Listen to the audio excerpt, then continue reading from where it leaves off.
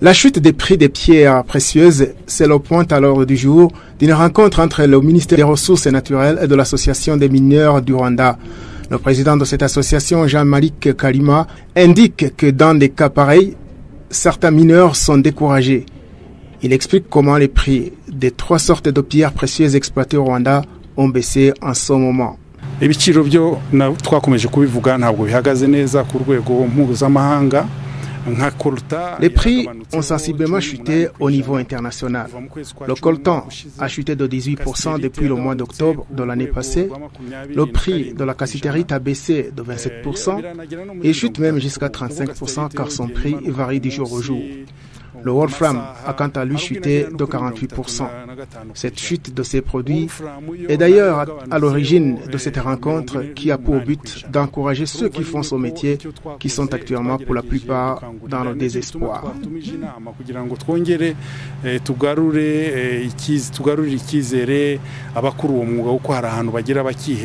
Le secrétaire général d'État chargé des mines au ministère des Ressources naturelles, Imena Evode, indique que cette baisse des prix des pierres précieuses est due à des perturbations du marché international qui reçoit normalement les produits en provenance de son métier et demande à toute personne impliquée dans son métier de ne pas se décourager, mais par contre de redoubler d'efforts pour qu'il soit prêt au moment où les prix seront encore une fois meilleurs qu'aujourd'hui.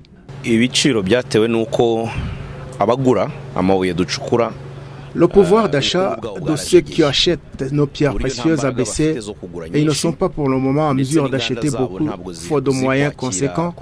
Et leur industrie ne font pas beaucoup de commandes de matières premières pour mettre les produits finis sur le marché. Dans de pareilles situations, il est clair que nos produits ne peuvent pas être vendus en grand nombre. En plus de ça, il y a d'autres gens qui se lancent dans ce secteur. Ils doivent se préparer car les prix des pierres précieuses varient souvent d'une période à une autre. S'il y a une vente à une période donnée, le lendemain peut être meilleur, c'est pourquoi il faut se préparer en conséquence. Pendant ces moments, c'est la période propice de se préparer, de réaménager le nécessaire dans le but de produire mieux pour qu'au moment opportun, on puisse renflouer les caisses. Le ministère des Ressources naturelles indique que depuis le mois de juillet de l'année passée jusqu'au mois de juin de cette année, 7,8 milliards de francs rwandais a été investi dans différents travaux d'extraction des mines au Rwanda.